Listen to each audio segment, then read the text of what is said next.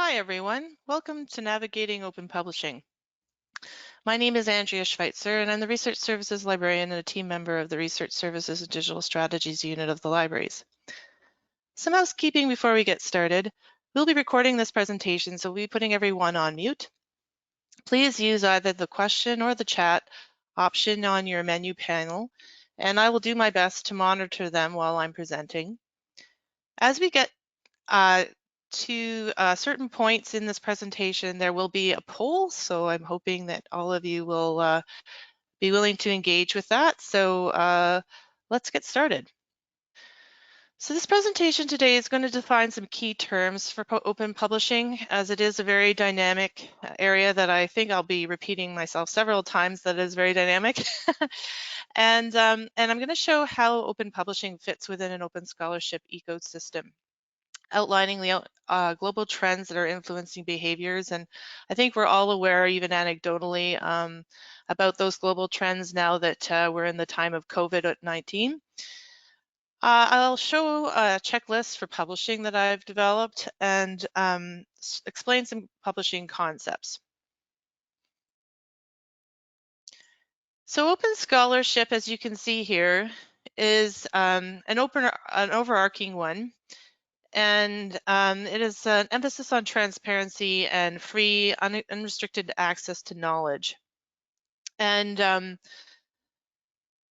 it can, open scholarship is an umbrella term, and it includes open education resources, or OERs, as we like to say, and open access publishing, or open access is maybe the shorter way we often refer, open data, open collaboration, open science. There's quite a lot of initiatives right now in terms of open science policy development, and open research.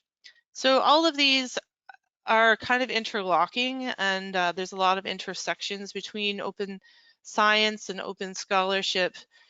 But all of these things are sort of, as I say in the definition, governed by an idea around transparency and collaboration.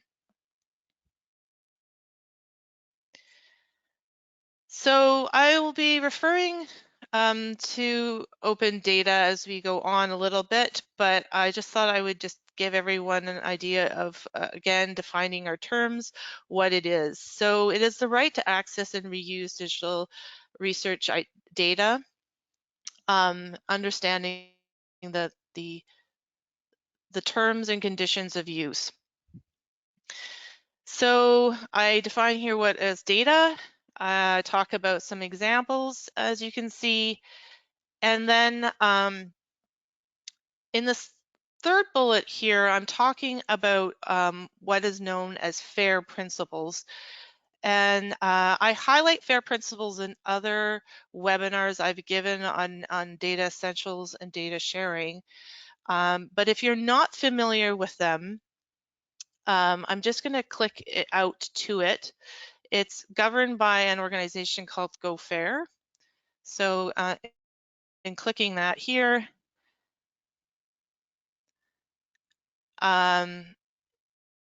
these are where you can find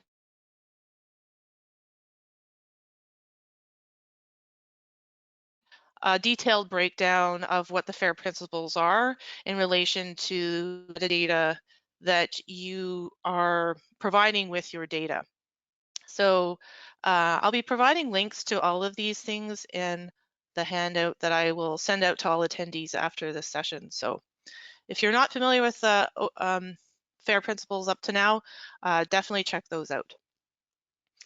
And all of these definitions, as you can see here, I've pulled from the H2020 program guidelines. This is Horizon 2020, which is a European initiative, but it's had a lot of influence around open science developments and open scholarship. So this particular flowchart here is a simplistic representation of processes engaging OA at different juncture points. What I want to highlight here is in the beginning bubble on the left. Notice that both a data management plan and a dissemination plan are included here. Creating these at the beginning of any research project is best practice, because they make you think through about sharing your options, your limitations, and your obligations and stipulations at the beginning. And if you do that at the beginning, it will reduce the complexity and the sticky situations that you encounter later on. I'll be returning to these concepts throughout this presentation. And again, I've pulled this flow chart through from that Horizon document.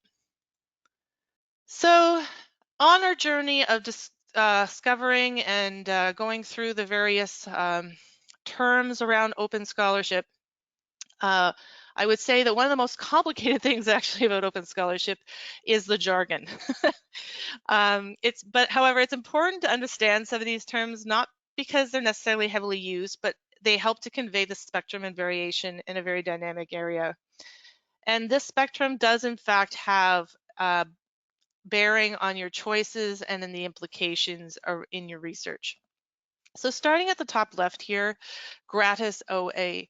So this refers to the fact that OA has two important concepts. So gratis OA is free of charge, but not necessarily free of permission restrictions. So when, for example, if you were thinking about sharing your data, you may, in fact, have terms of use associated with that data. For example, maybe you're not able to freely provide full text availability or direct access to a particular data set for whatever terms that they might be under.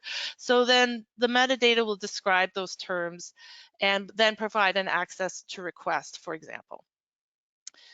Under the Libra OA option here on the bottom left, that means that it is fully free, as in both free to charge, as in not under any kind of pay obligation, and as well as it is also free of most or all legal and licensing restrictions, as in completely open to reuse, modify, etc.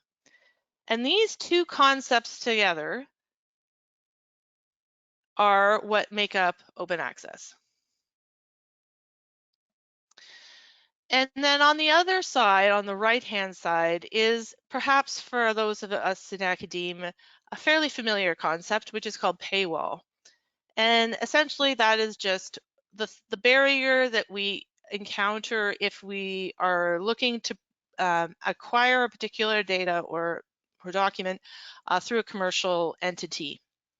And they traditionally have charged what's called the pay to read, pay to use, subscriber, toll, etc. So the last slide on the jargon journey here is green versus gold access. So as I said in the previous slide, this is an extremely dynamic area, and there are forces at work to influence where things are going. There is a recognition that there is a need for standardization, and because of COVID-19, standards bodies like Plan S are working with publishing companies to standardize open access for COVID-related data and manuscripts. So if you remember anything about this presentation, this slide would be most important as it reframes the various choices around publishing. So author rights, associated costs, and licenses. So I'm going to now just proceed to walk through these various categories. Under the green category, this is referring to, you might hear the word hybrid, or you might hear the word mixed. So these are often publishing vehicles that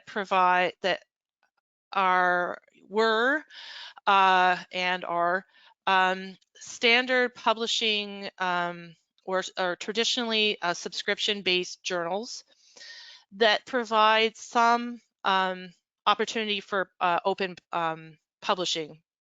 So you can selectively, as an author, choose the open or gold option for your particular article, or free OA option.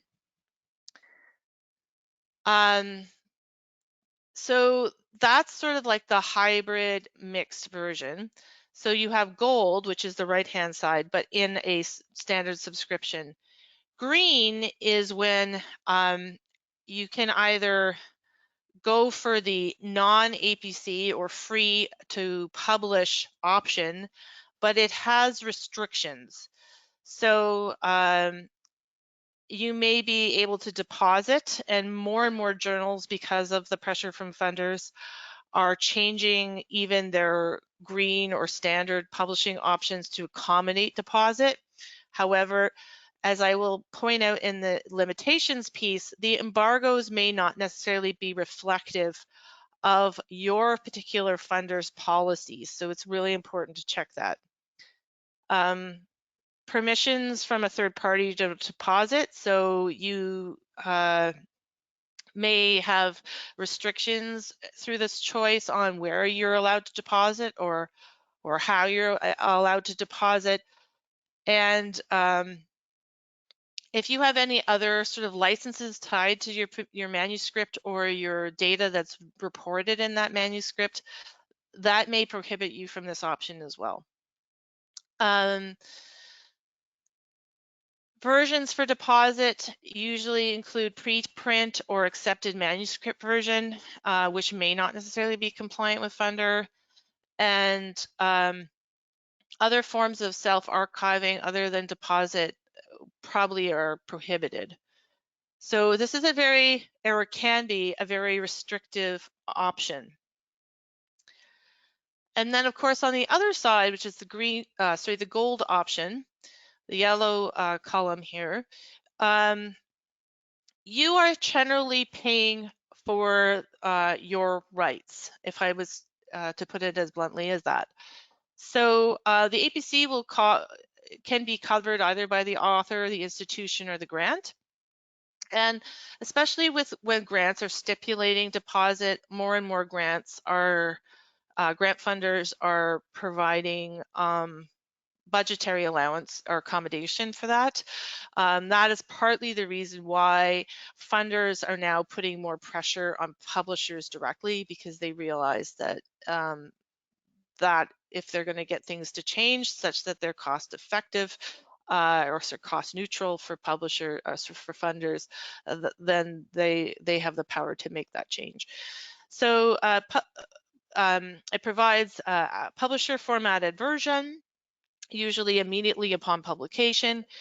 And if there's a CC applied, it's usually a less restricted license. So CC BY or CC BY NC. Less licensing negotiation or navigations are required under this option. So essentially, this means that you get more author rights.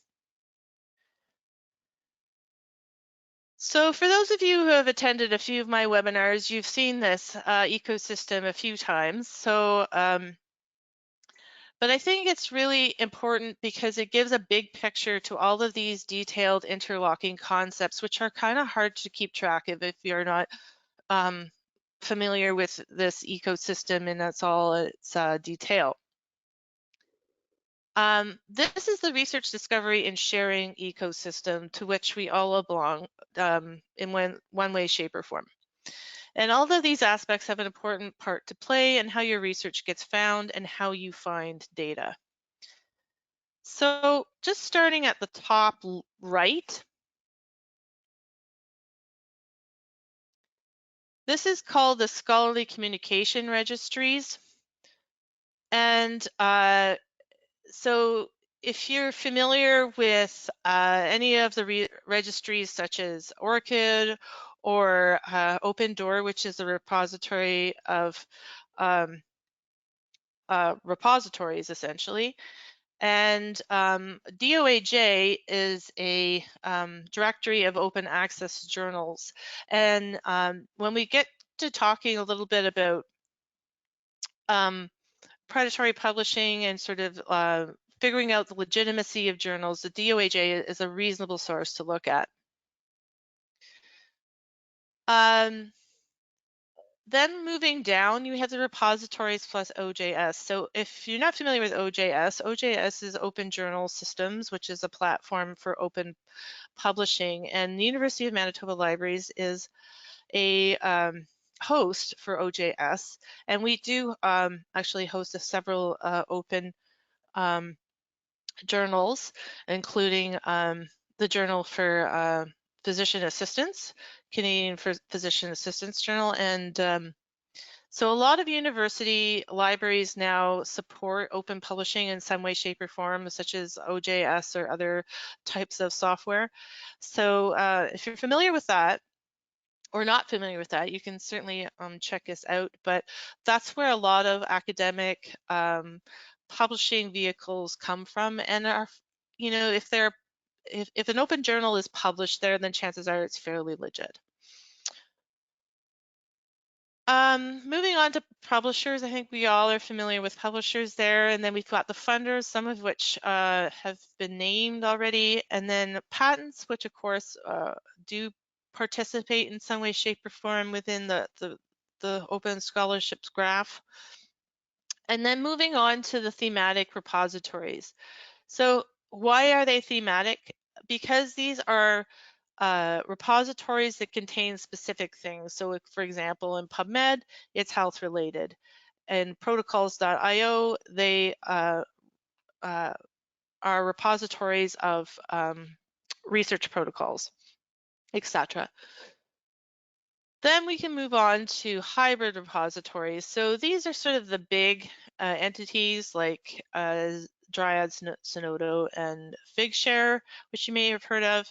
However, a lot of institutional repositories can be considered hybrid because they collect sort of any and anything around any kind of discipline. So they're not sort of specific to discipline or methodology. So all of those institutional repositories can fit there, as well as governmental repositories such as FRDR, if you've heard of the Federated Research Data Repository, Canada, that would be considered a hybrid repository of a sort. And then aggregators. So these are the things that work behind the scenes to try and enable discovery. So the university libraries have currently enabled Unpaywall, which has changed their name very recently to Unsub. I think that's a problematic name, but never mind. And some of these other things, but they're the ones that try and go around and harvest the data from all of these other sources. And then finally, software repositories are stuck up here. I think they should be put in the repository section because they're essentially a specialized version of repositories similar to the thematic repositories. And then in the top left corner here in the infrastructures, these are all the organizations that are responsible for policies, standards, infrastructure developments, and all those other key things to try and make the back end of this whole ecosystem work and make sure that you can find the things that you're looking for. So this next slide here is talking about the global trends. And in this time of COVID, these trends are probably more apparent than they ever have been before. So some of this is probably now a little bit self-evident. But if you've never actually checked out this dashboard, which again I will include or aware of it, it's kind of an interesting one because, and I will be actually fascinated to see what happens with this data here as time goes on. Oh, there we go. See, look. There's Unpaywall and DOAJ. So you'll see here how open access is sort of growing or not growing, as the case may be. And I suspect as COVID continues here, this activity will just increase. But we will see. Hopefully I won't be called a liar. But so if you are interested in this kind of thing, you can certainly check it out. And benefits of open access. Again, I think a lot of these benefits have become pretty apparent, and now even those who were reluctant to sort of join in with the open access initiatives are starting to see these benefits. So that's all to the good. So here's this checklist that I promised in our objectives that I would get to here. And this is to act as both a guide to you, and I'll be providing this in the handout, but also as a table of contents for the rest of this presentation. Um, in the middle part of this checklist, you'll see existing license data sharing agreements. Please know that I won't be able to get into much detail about licensing here, but that's okay. Myself and Althea Wheeler have a presentation available on the library YouTube channel on data sharing and licensing that provides a lot of that detail for you. In the last bullet, the Research Services Unit on our APC discount page provides a broad information about the types and levels of discount that we offer faculty and graduate students through various relationships we have through consortia, subscriptions, and other types of relationships like that. If you have questions about a particular discount listed there, then please contact us or your liaison librarian. And I talk a little bit about APCs further on in this presentation. So we're back to the flowchart that I talked about earlier here. But this is because I want to emphasize the relationship that the data management plan has to sharing. If you haven't been clear in your consent, in your collection process, and your understanding of your obligations, then your ability to share becomes very limited. Publishing doesn't mean what it used to. That's what the statement at the top of the slide refers to. Publishing just doesn't mean access to full text. It is any mode of discovery about any type of information describing your research. And that is why I have an arrow leading from the DMP to the dissemination plan. One should inform the other.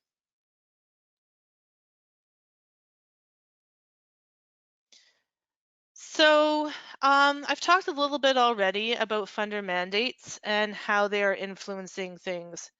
And the other example I'll mention here before I go to jump out on these links is the recent Tri-Agency COVID Rapid Response Grant, which stipulates that data deposit must occur as well as adhering to the OA policy of Tri-Agency as a matter of grant compliance. So I'm just going to click on the first example here, which is the Bill and Melinda Gates Foundation OA funder.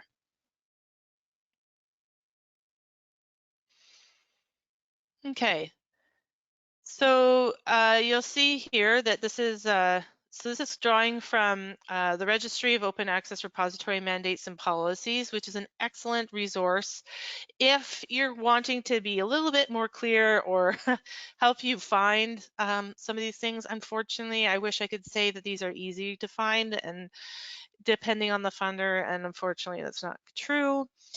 So if it's registered in ROAR, that's great. So as you can see here in the Bill and Melinda Gates Foundation, they have a sort of a global policy.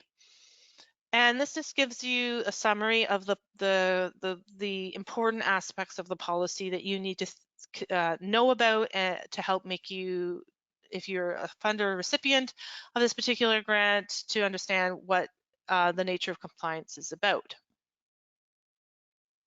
So jumping back, the next one is, let's say, for example, you are a psychology person who has a particular grant through APA or influenced by APA. APA has their standards through NSF and NIH.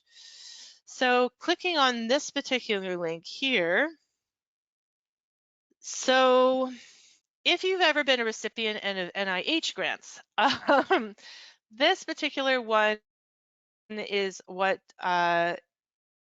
is sort of summarizes all of the ins and outs of NIH grants with regards to sharing.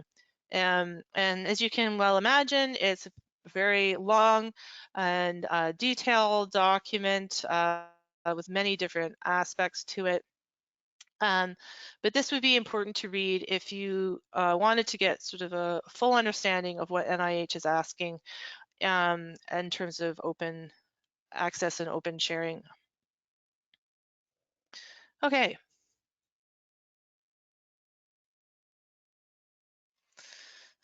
So this particular flow chart is one that we have made for the University of Manitoba to help provide some navigation guidance on choices around open access.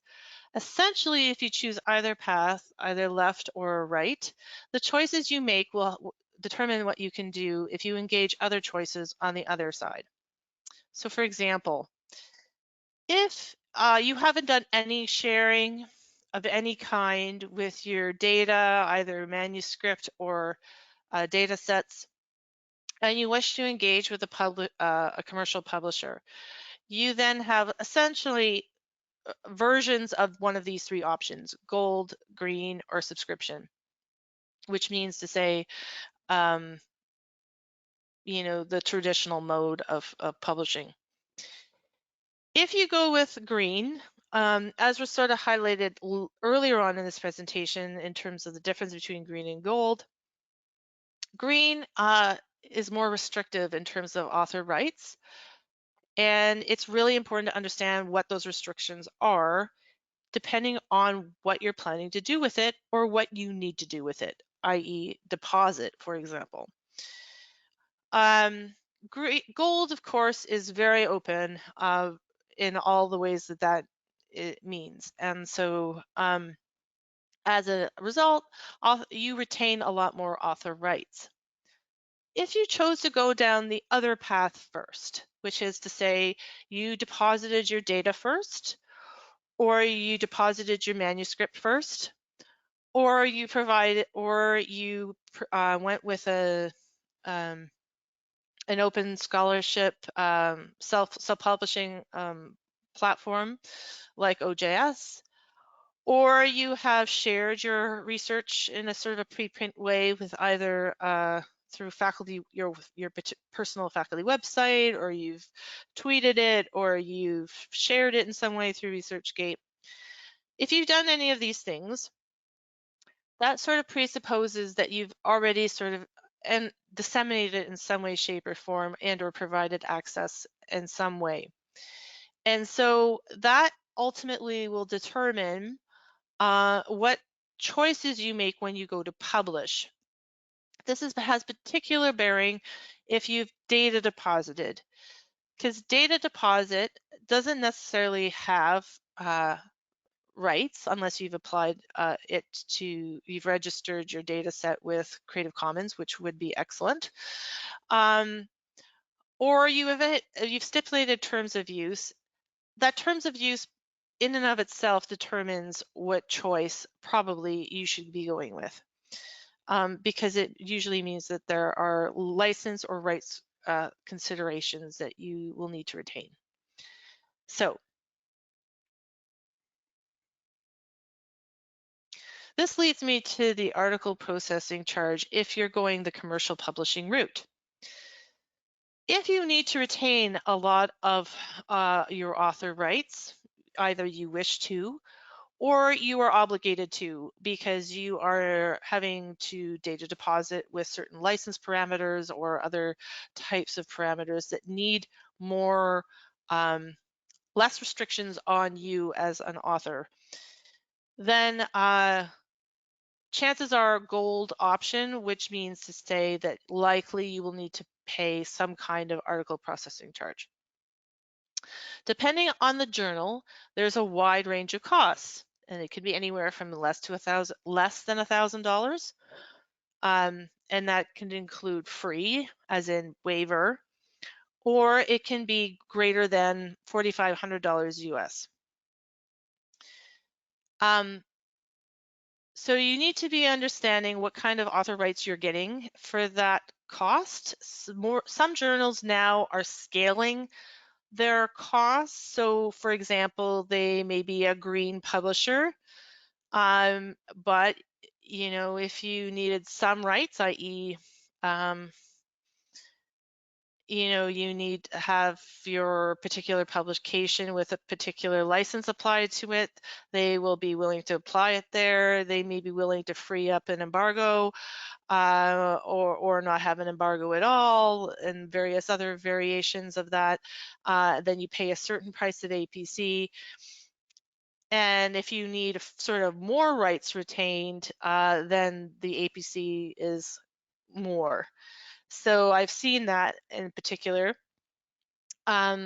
So you really need to carefully read what you're getting and whether it fits with your situation. Discounts may be available in a variety of ways, through membership, institutional fund or subscription, and waiver.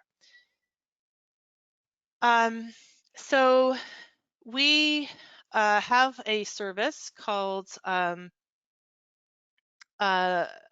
open access, the APC discount service. So on our webpage, we have discounts that we can make available through our consortial arrangements. And I'll be showing that sort of later on in this presentation.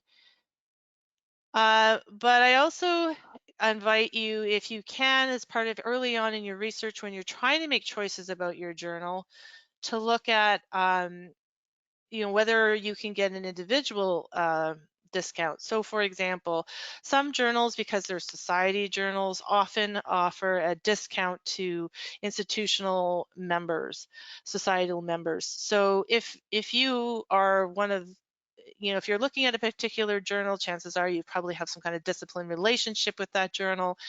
If it is a society journal, you might be a member, in which case you might get a discount. So it's really important to sort of make sure that you're aware of that and utilize that if you are able. Some of these institutional or individual membership discount structures are really complicated. And so if you're not clear how to read them, myself or your liaison librarian might be able to help you navigate that, so you can make the best cost-effective choice. So at this time, we're going to move on to the ever-dreaded, very scary sounding, and it can be scary, honestly, if you've ever been caught up in this, predatory scholarship. So essentially, if you've at all participated in research, we've all received spam from these types of practices.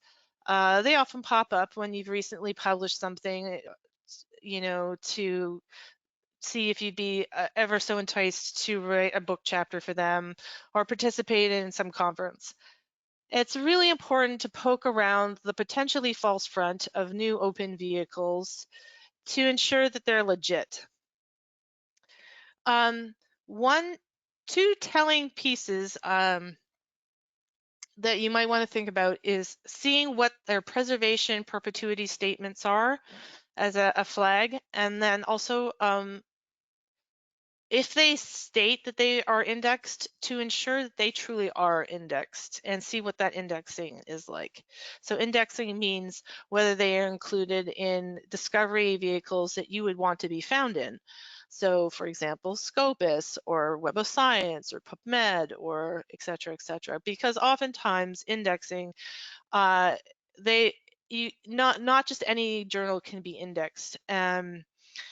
And they have to go through hoops essentially to be considered by those discovery vehicles to be included. So they have to meet a certain level of quality or consideration by indexing boards to be included there. So this link here that I'll provide in the handout is a nice checklist for how to evaluate conferences. And this bullet point here is a little checklist for you to think about. If you have encountered or sort of being pursued by publishers that you're not really sure whether they're legit or not. So in terms of copyright and license, I've said this many times throughout this presentation, but I really can't highlight it enough. It's really essential, especially on as early in your research as possible, to understand what rights you have or you're obligated to sort of adhere to as a, in terms of your grant, and so that you know which ones you have to retain and or navigate when it comes time to then navigating those of a particular publisher. If you're not familiar with Creative Commons, I've provided this list here of briefly what Creative Commons is. Later on this week, myself and Althea are giving a presentation called Know Your Rights, which goes in a lot more detail about Creative Commons and licensing and why it's important to consider applying licensing to research products that you disseminate, whether it's articles, whether it's presentation slides like this, whether it's handouts, whether it's data sets. And license will also be automatically applied as a default, and that is new, and that needs to be thought about, especially again when you're making choices around publishing. So for all of you who are not sure what a copyright transfer agreement is or the researcher policy, this next poll is for you. Okay, so I'm just about to launch a first poll here.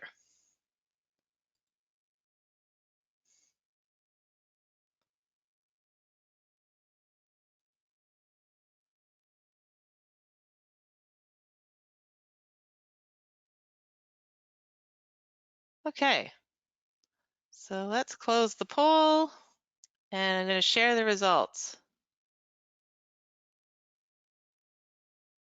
Okay, so a lot of you haven't actually published yet, so taking this presentation will help you be prepared. But I am very glad that I can't quite see the results, but it looks like it's over about 25%-ish of you have read the CTA. So very good. Excellent to hear. So the next poll we're going to take is, and this I guess is only for that small proportion of you, is your awareness of the CTA. And so reading it's one thing, but did you actually keep a copy?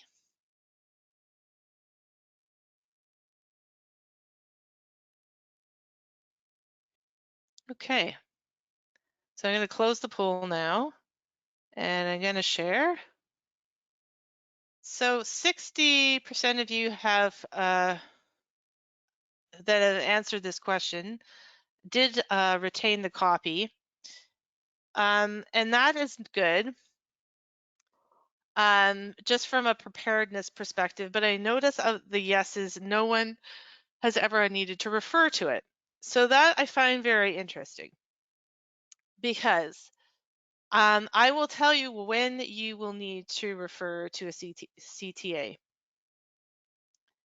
You'll need to refer to a CTA if you're in the situation that you have discovered that you need to data share or share some version of your manuscript or whatever, but you've already published it in a commercial publisher, either the manuscript or manuscript, and then you may or may not have mentioned your data that you've either deposited or not in that manuscript. And then you're not clear what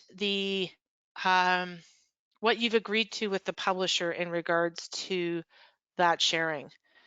That's where that information is going to come from. So oftentimes when I've had researchers come to me retrospectively, or sort of they've gone ahead and published, and then I say, well, and they say, well, I want to deposit all of my manuscripts from all my years.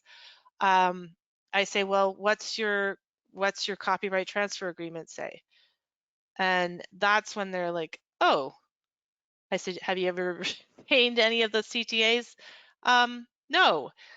That's when the CTA comes in handy, because legally we're not allowed to, of course, by copyright, make things that are restricted by copyright in a deposit.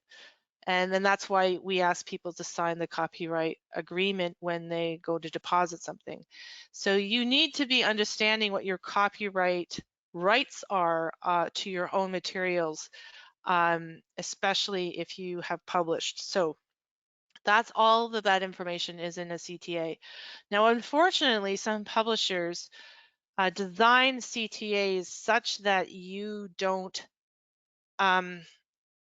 you're not very readily able to get that information or retain some copy of it. And that it's almost kind of suspicious, because it's kind of designed like a click-through, like they're trying to hide something. But if they are designed like that, you can always copy a screen and do screenshot or some other kinds of form of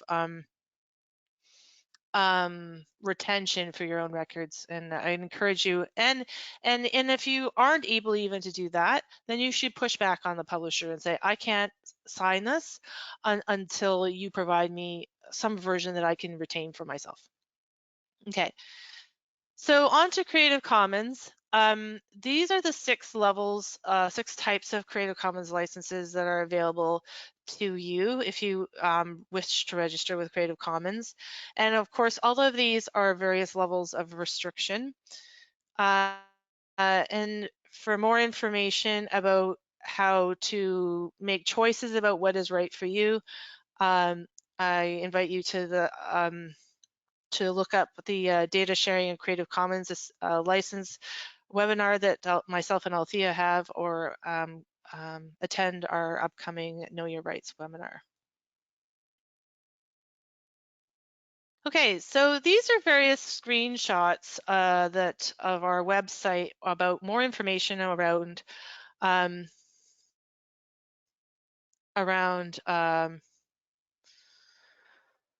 open access. But since we are in a virtual environment here, I'm just going to take you out live to our website. And you'll see here, here's the open access piece, and then there's also the author support section. So I'm going to just take you through one by one of those.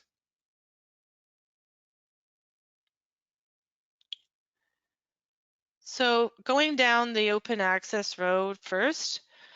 So MSpace is our institutional repository for manuscripts and other forms of deposit. We for example, we support conference proceedings deposit, like whether it's your slide deck or other like versions like that. So if you weren't aware of that before, we do support that. In terms of, here's our open access fee discounts page. So this is a very popular form page for a lot of people to consult. You'll notice here on the right-hand side, there are 2 publishers that do provide fee waivers. If you provide an institutional form letter proving that we do not, in fact, have an institutional, OA fund, which we don't. So PLOS and SAGE will offer, SAGE I think is more journal dependent, but they will offer the consideration for waiving the APC if if you ask us to provide our institutional letter to you as part of the publishing process. So we try and keep this as up to date as possible. It is changing by the day thanks to COVID, COVID research. So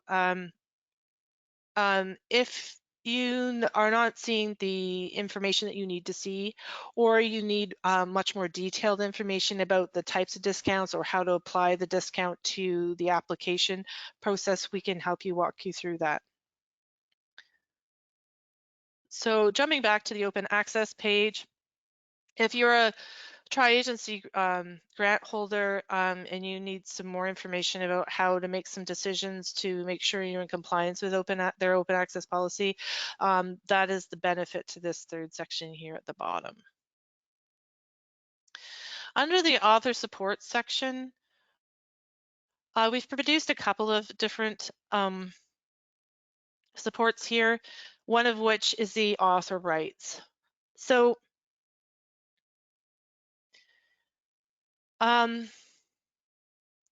we really try and encourage to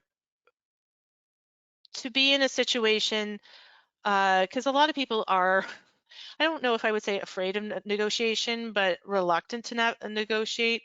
So, however, I would really encourage you, if you find that you are down the road with a particular publisher and you have become aware that the choice that you have made is not necessarily appropriate to your particular situation, you do have the room to negotiate, okay?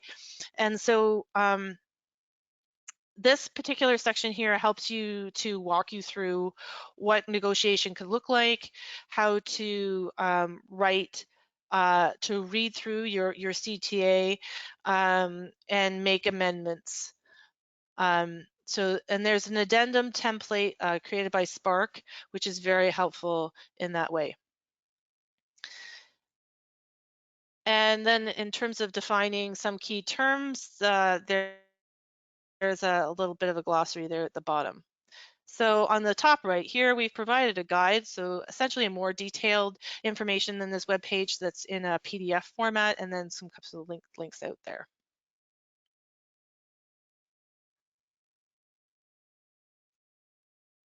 So here's a list of resources that this will also be provided for you in the handout that I'll provide to the attendees.